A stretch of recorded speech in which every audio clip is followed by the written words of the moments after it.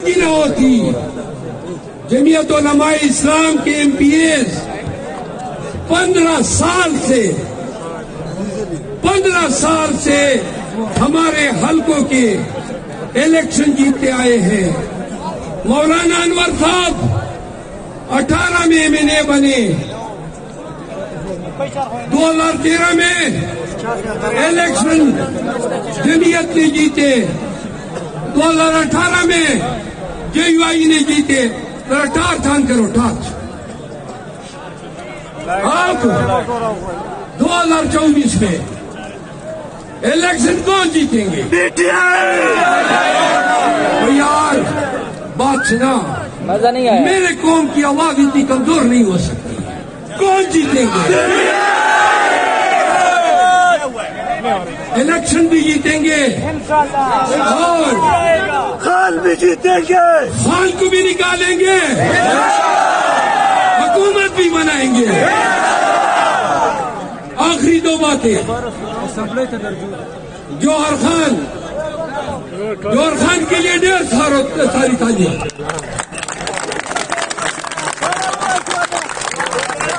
حکم بختوں یہ تالیاں بجا رہے ہو کہ پکل بجا رہے ہو؟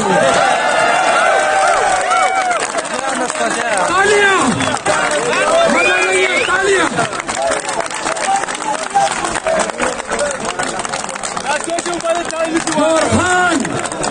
جوہر خان کو جتاؤ گے؟ یار زور سے جواب دو۔ اور پیچھے والی کو آواز آ رہی ہے کہ نہیں؟ آواز آ رہی ہے تو ذرا ٹارچ کرو۔ چھتوں پر بیٹی نے لوگ ٹارچ کر دیں۔ وہ کیا تمہیں بیٹریوں کی پڑی ہے؟ ریچارج ہو جائیں گے۔ سنو، جوہر خان کو جتانا ہے۔ میں کہوں گا جوہر خان کو جتانا ہے، آپ نے کہنا ہے PTI کو لانا ہے۔ جوہر خان کو جتانا ہے، نور سلیم کو جتانا ہے،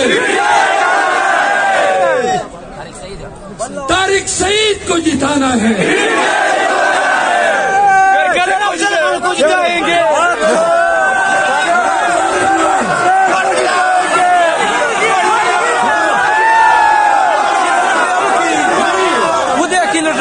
مولانا کو ہرانا ہے۔ آپ ایک کوئی اپنا نام نہیں کہہ سکتے۔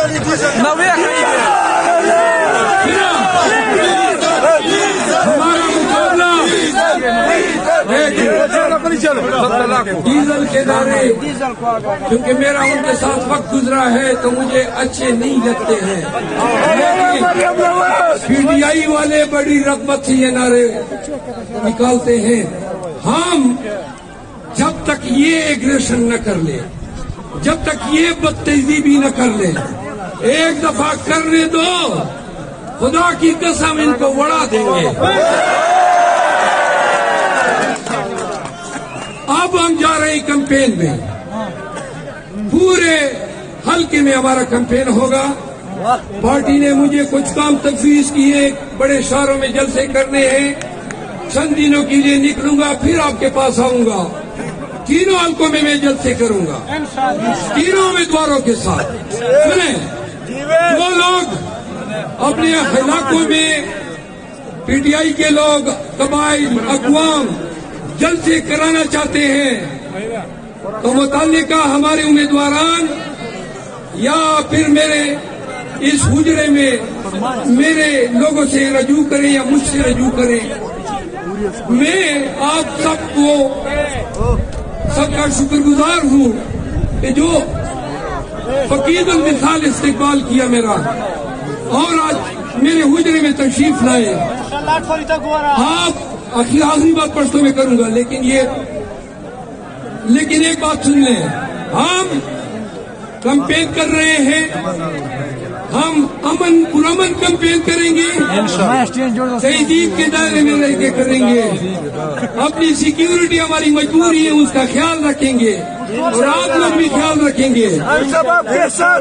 سنیں، ہم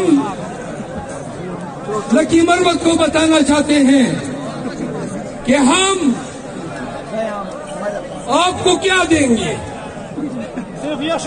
سنیں،